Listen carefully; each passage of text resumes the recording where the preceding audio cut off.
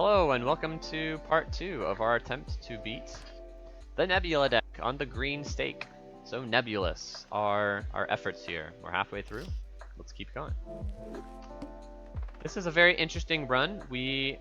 Our deck composition is really what this is all about. We have 14 fours in a 44 card deck. Wow, that's a lot of fours. 14 fours in a 44 card deck. 14 divided by 44 is, no, not times. 14 divided by 44 is 0.31, so 0.318. So we have like a 32% of our deck is fours, which is great. We're going for 5 of a kind, which has been upgraded to level 6. This deck gives you the telescope voucher, which means every time we open a celestial pack, it has 5 of a kind in it, because that's our most played hand, which we've done on purpose. So that's why it's really, really up there, 27 times. Supernova is helping us scale that, though it scales very slowly, but it'll eventually be better than Mystic Summit. Walkie Talkie is 16 multiplier, and then some extra chips. I think the chips will ultimately not matter because of how many chips 5 of a kind already scores. So Walkie Talkie is like the next one to go. It's like Mystic Summit, then Walkie Talkie, then Mad Joker, then Supernova. We don't have like definitely long-term jokers here, though honestly these might be enough to get us through Ante 8. Ride the Bus has barely started scaling up, but it is holographic, so that's nice.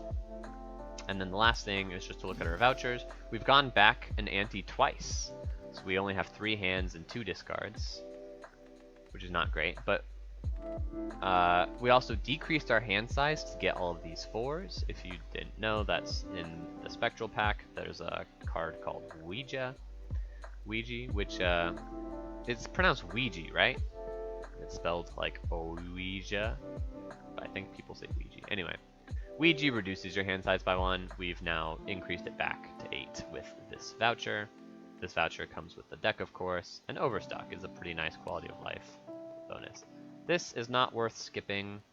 And every time we fight, our Supernova gets better, our Ride the Bus gets better, so fighting has gotten pretty good. So keep in mind, 32% of our deck is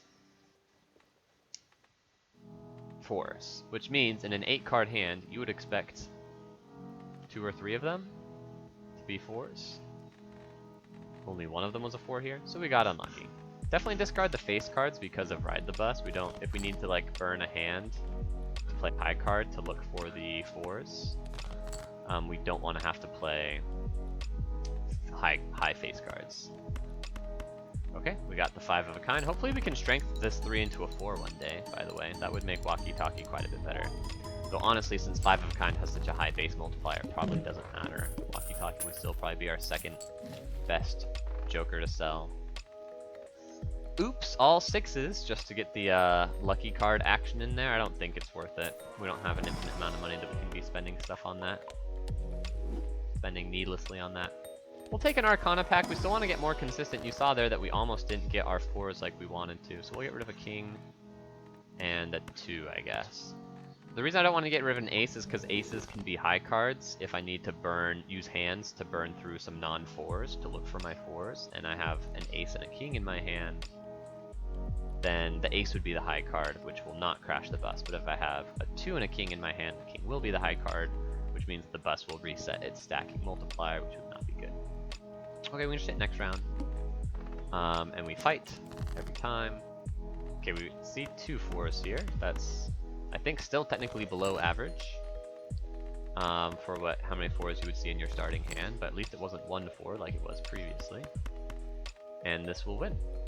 Hopefully we get the, so there's a consideration here to sell sell Mystic Summit in order to get to my interest cap. Sure. I win very easily without Mystic Summit anyway, I think. We'll see if that's true. I got 50,000 last time. I have 15 less multiplier here. 41,000. Still good enough. I might be a little bit scared now for the boss, which is 36,000 is easy. 3 of a kind, 100 chips, don't care about it. Ooh, yes! I've not discovered this, but this is the time to do it. It never gets better than this. It's insanely good. 4 times multiplier. Okay, we can start speedrunning this. I'm not too stressed. I'm pretty sure this goes all the way to ante-8, no problem. This will probably actually be quite a bit of a shorter episode compared to part 1, just because the family means we already have enough score to beat the final boss. 182,000. And we're still scaling, so that's easy. Buy news. 2 times multiplier is better than, we said walkie-talkie was the next best one to sell. So we'll do so. That was a good order, by the way. If I bought the voucher first, which is always tempting to do, your sell value of your jokers decreases. Yeah, if we see just a few more Planet X's, then we really will be good to go all the way. I'm actually gonna speedrun so aggressively that I'm gonna skip that. Just for fun. It wasn't even a good, like a useful skip, but I mean, the duo also makes this so powerful here, right? This is 200, yeah. We can just skip to the boss. I didn't need to even fight that fight. If this makes finding 4s easier, then I guess it's worth it. We'll just double our money. We shouldn't actually be doubling our money because always draw 3 cards. Okay, discard. We shouldn't really be doubling our money because we're not actually going to spend our money in shops. It's only 4 of a kind, so let's look for the last 4. Uh-oh. Are we going to lose? Did I lie when I said this was all so easy? Need 1 more 4, please? Thank you. There's so many in there. I think, yeah, you can see in 22 cards I have 8 4s left, which is more than a third. Which means I had been a little bit unlucky in how few 4s I drew, the amount of cards that I had seen. We'll buy these because we know they upgrade the 5 of a kind, though I don't think it... Maybe we shouldn't even do this if we're just trying to go as fast as possible. We already beat the final boss with a single... Well, we don't know what the... We'll buy this because we don't know what the boss blind will be. It could be really scary. No repeat hand types this round, that's fine, we'll win in 1. Why do I... Oh, I was like, why is my hand size so big? And it was because of the skip that I took. Yeah, this wins. Just hit next, and then skip, and then skip. And then if we're gonna sell a Joker, who do we sell? Supernova? Yep. Definitely Supernova. Sweet. Well, we can just skip this. Is it even worth it to sell Supernova? Do I even care if my... I don't even care if my 4s are debuffed, right? No, I don't. So this just wins. Okay, GG. Thanks for joining us. We did it. That's an easy way to win. I don't know what else to say about that. Why was it so easy? Because Ouija is an insane spectral card, right? That's what it comes down to, is Ouija's insane. Getting a deck full of 12 of one rank, being able to do 5 of a kind, it did combo really well with our particular deck. The telescope voucher that you get for free with the Nebula deck is really nice because you can upgrade the really powerful hand, right? Like a normal 5 of a kind is not guaranteed to win, so you need like some extra help. But we had help from our jokers as well, like the ×4 multiplier. I don't even know what that joker is called because I'd never seen it before. I didn't pay close enough attention. I was going so fast because I got so excited about how powerful it is. But any joker that can multiply your multiplier by 4 is better than 90% of all jokers. Maybe 95% of all jokers if you give respect to rarity. The fact that any of the jokers that are better than 4 times multiplier are uncommon or rare anyway, so of the jokers that you see, which are 70% uncommon or something like that, a joker that's doing 4x multiplier is better than 95% of the jokers you see, something like that. So as soon as we got that, that's the other thing that made it super easy. So there are like 3 things that came together: Ouija, the telescope voucher, and the ×4 multiplier. Just no longer had to think in part 2 of this episode. That's, I mean, we're still on Green Stake.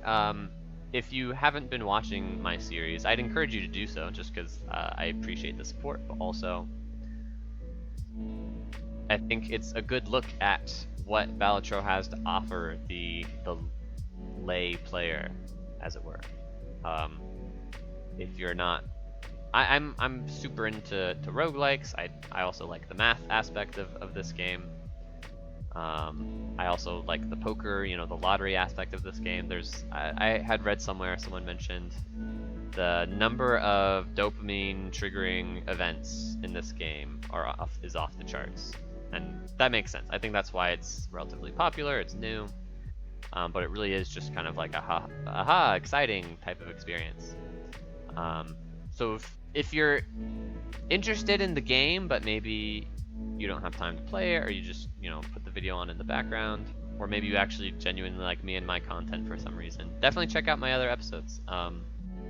Balatro's pretty fun, and if you watch this series on my YouTube, you'll get a little taste of the progression of Balatro, as well as the high-end plays. Hopefully, I try and strike a balance between both giving you just the general accessible look to someone who's like, oh, I've never played this game, but it's kind of fun to watch. There's cool things happening, so you get to watch me experience the cool things happening. That's part of the unlocks and the progression. It's like, oh, I've never seen this Joker before. So all of that is interesting. As well as, I hope to escalate to the higher difficulties, to eventually the gold stake is the most difficult stake. I think my long-term goal is to beat every deck on the gold stake sequentially. So you get the gold sticker as soon as you beat any deck on the gold stake. My biggest roguelike experiences with Slay the Spire. It's a deck builder as well.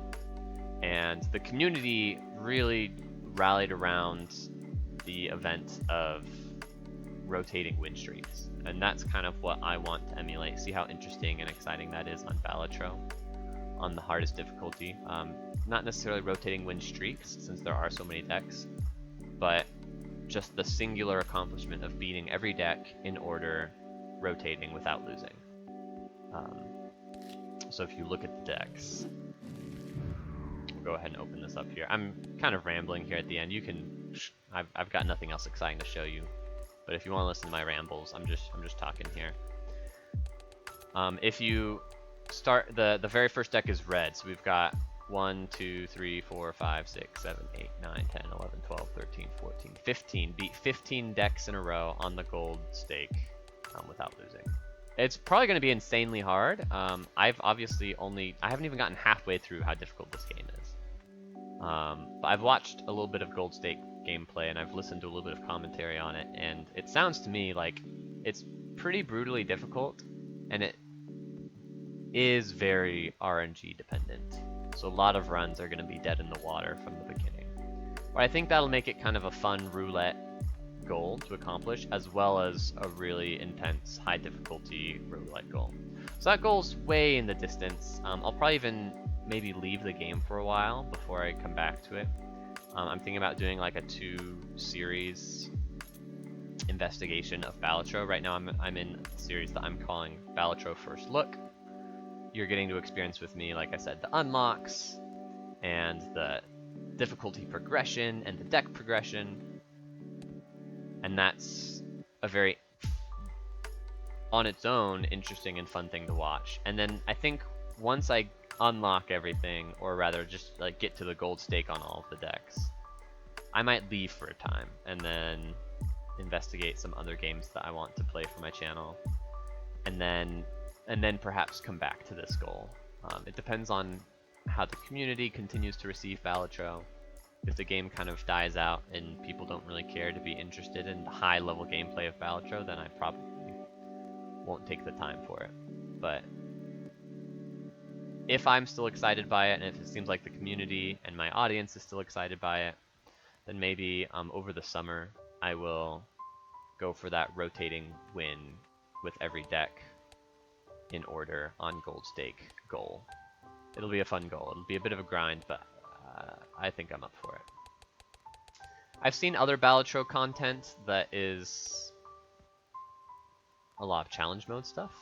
I don't know if I am into challenge mode as much as I'm into gold stake, but we'll see. Like I said, I personally haven't even played through half of the difficulties available, so it might be that I get to gold stake and it's just really not my flavor. It's really not my tempo to be playing on that lottery style difficulty that is really, really hard, and a lot of it is really hard for reasons that are out of your control, is what I understand. So we'll see. I know what the difficulty modifiers are, by the way. So Black Stake, which I haven't done yet, shop can have Eternal Jokers. I think that's actually pretty fun and interesting difficulty addition. Then there is, you have one less discard, and then there is packs are more expensive, and then there is, you have one less hand size, and then there is the scores, the antes, ramp up faster. Again, they already do that with green stake, but then they do it again later on. I'm most worried about the decreased hand size and decreased number of discards as difficulty modifiers that just make it a little bit less fun, actually, to try and grind out the gold stake. I really like the black stake idea, Eternal Jokers. I really like the green stake idea, just making the antes more and more difficult, so you have to learn more and more what the strategies are. That's more akin to kind of how Slay the Spire ramps up its difficulty. If you're not familiar with Slay the Spire, there are essentially 20 difficulty modifiers that compound on each other like this, instead of only having 7 here. But almost all of them, I'd say like half of them, impact how difficult your enemies are rather than how powerful you are. And the ones that impact how powerful you are can feel bad pretty quickly, because you become shackled with one less hand size in this game, with one less discard in that game. That could feel like a particularly inhibiting shackle that ends up being not as fun to grind out. Whereas the shops are more tricky to navigate because of Eternal Jokers. The antes are more tricky to navigate because they ramp up faster, and you have to figure out how to experience your power capacity earlier and more in a more clever way. That seems very interesting. But just like having a smaller hand size, it's like, oof, I didn't get my flush on the first blind of the first ante, and so I missed out on $1 or $2, and there was literally nothing I could do about it. Feels pretty bad. So we'll see. Okay, thank you for, if you stayed this long, thank you for enjoying my ramblings, and I'll see you next time.